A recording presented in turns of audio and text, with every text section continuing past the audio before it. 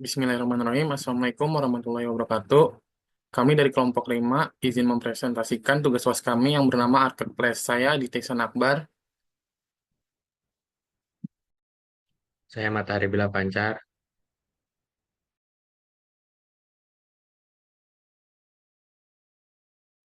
Nama saya Noval Jumat Pratama.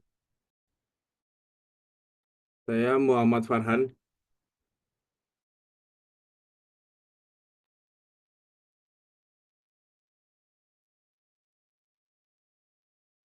Di sini ada problem, kurangnya pengalaman belanja yang interaktif dan kepastian produk dalam e-commerce. 75% konsumen ragu membeli produk fashion online, hanya 23% yang puas dengan visualisasi produk online atau kedua statistik ini disertai dengan sumber survei e-commerce 2023. Studi kasus konkret yang mengilustrasikan masalah. Contoh platform e-commerce online di Jakarta yang mengalami tingkat retur tinggi atau 45% dan kerugian operasional karena keterbatasan visualisasi produk konvensional.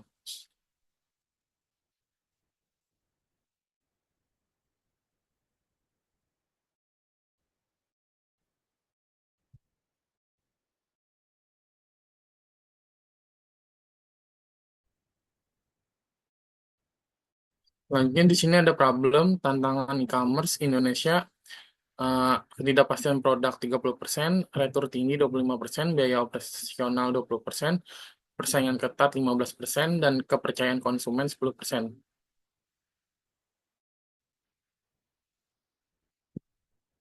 Lanjut. Selanjutnya ada executive summary. Marketplace adalah pionir dalam menggabungkan dunia nyata dan digital dalam dunia e-commerce dengan teknologi augmented reality. Kami membawa inovasi baru dalam berbelanja. Bayangkan Anda bisa mencoba berbagai produk secara virtual dari pakaian hingga perabot rumah dengan tingkat akurasi yang tinggi. Marketplace mengubah cara Anda berbelanja secara online. Selanjutnya oleh Muhammad Farhan.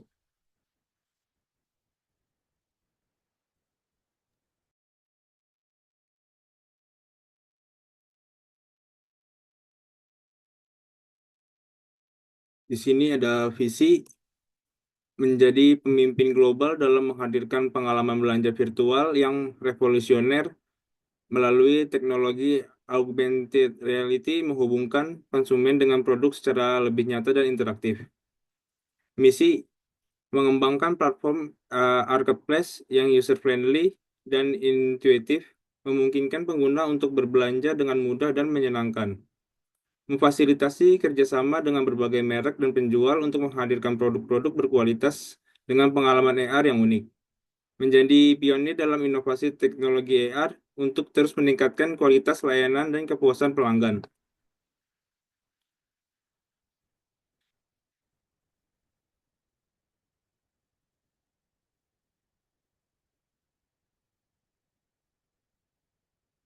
Di sini ada konsep dasar, fokus pada digital, mengingat marketplace dalam platform digital, proses produksi yang akan kita visualisasikan akan lebih berfokus pada siklus hidup produk digital dan interaktif pengguna.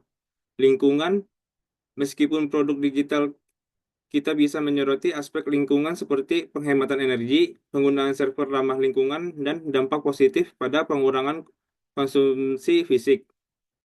Pengguna prosesnya akan menekankan pada pengalaman pengguna yang baik, interaksi yang mudah, dan personalisasi.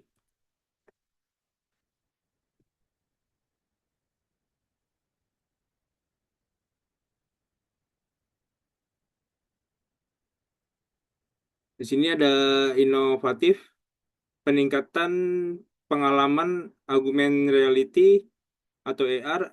AR try-on lebih realistis menggunakan teknologi AI untuk mendeteksi bentuk tubuh pengguna secara lebih akurat sehingga produk vital dapat disesuaikan dengan dimensi tubuh pengguna secara real-time.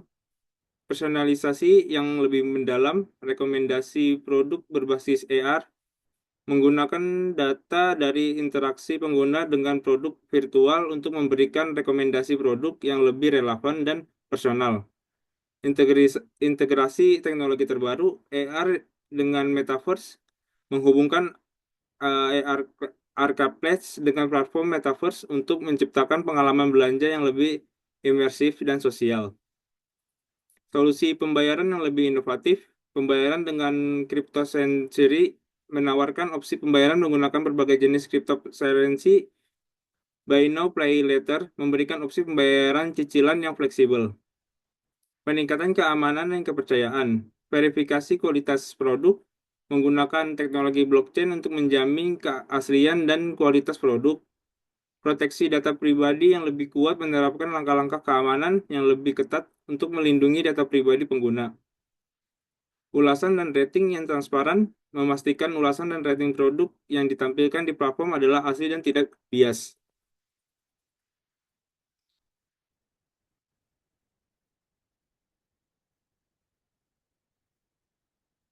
Di sini ada unique selling point, menggabungkan dunia nyata dan digital dengan sempurna. Menyoroti kemampuan marketplace untuk menciptakan pengalaman belanja yang seamless, berbelanja dengan lebih cerdas dan efisien. Menekankan manfaat AR dalam membantu konsumen membuat keputusan pembelian yang lebih baik.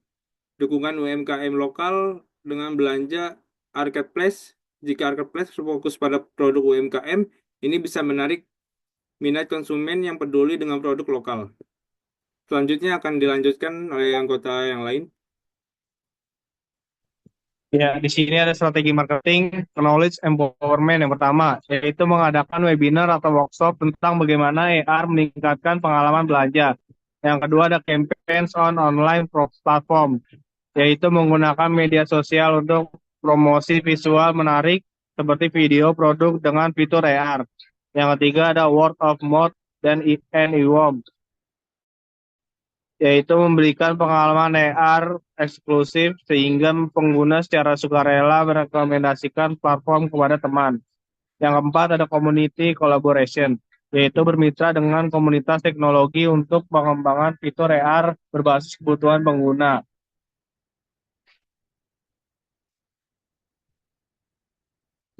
Lanjut. Ya, di sini ada investasi awal, total investasi awalnya itu udah satu juta 1.050.000.000. Terus biaya produksi satu siklus selama 30 hari itu ada 50 juta. Biaya non produksi satu siklus atau 30 hari itu ada 22.500.000.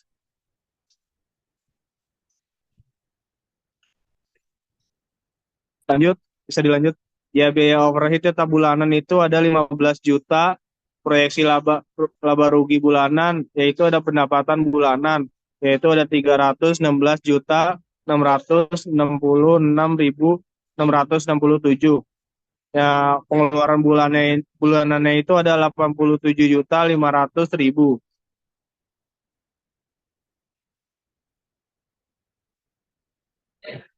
Laba bersih bulanannya itu ada 229.166.667. Proyeksi laba rugi tahunan, pendapatan tahunan itu ada 3.800.000.000.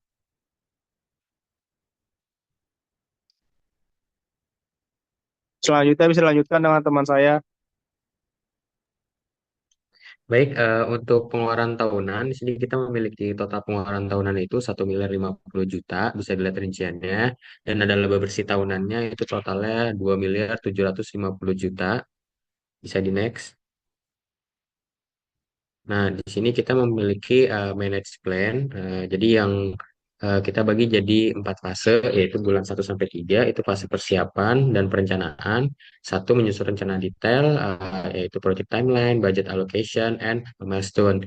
Yang kedua ada menyiapkan server cloud untuk mengembangkan dan menyimpan data awal. Yang ketiga, mendesain wireframe dan prototype untuk tampilan user interface platform. Untuk fase kedua, yaitu dari bulan 4 sampai ke 6, itu ya pengembangan awal. Yang pertama ada implementasi teknologi augmented reality atau AR untuk fitur utama. Yang kedua, penyesuaian di desain UI UX berdasarkan masukan dari uji internal. Yang ketiga, merancang strategi kampanye digital dan kerjasama dengan influencer. Masuk ke fase ketiga, yaitu fase ke bulan 7 sampai 9 atau uji coba dan finalisasi. Yang pertama, menyempurnakan infrastruktur server dan mendukung lonjakan pengguna. Yang kedua, finalisasi fitur utama dan sistem pembayaran pada platform. Yang ketiga, mengintegrasikan keamanan data untuk melindungi informasi pengguna. Yang keempat, mengadakan event online untuk menarik perhatian calon pengguna.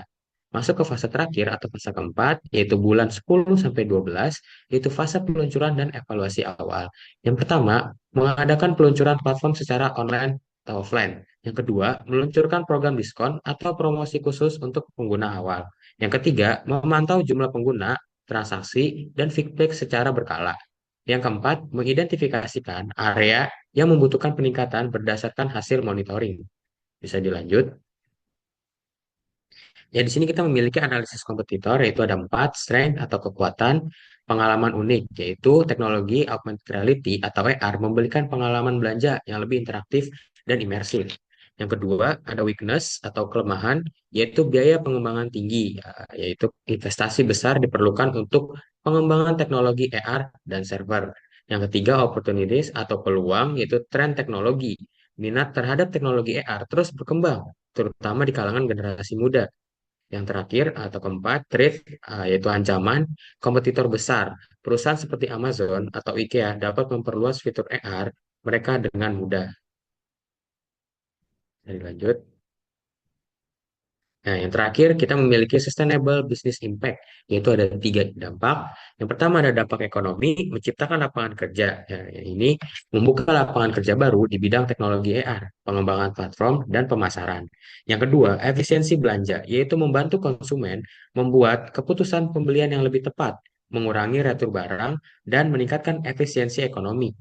Yang kedua, ada dampak lingkungan, yaitu dukungan untuk produk ramah lingkungan, mengutamakan produk yang berkelanjutan atau berbasis lokal, sehingga mengurangi dampak lingkungan dan transportasi jarak jauh.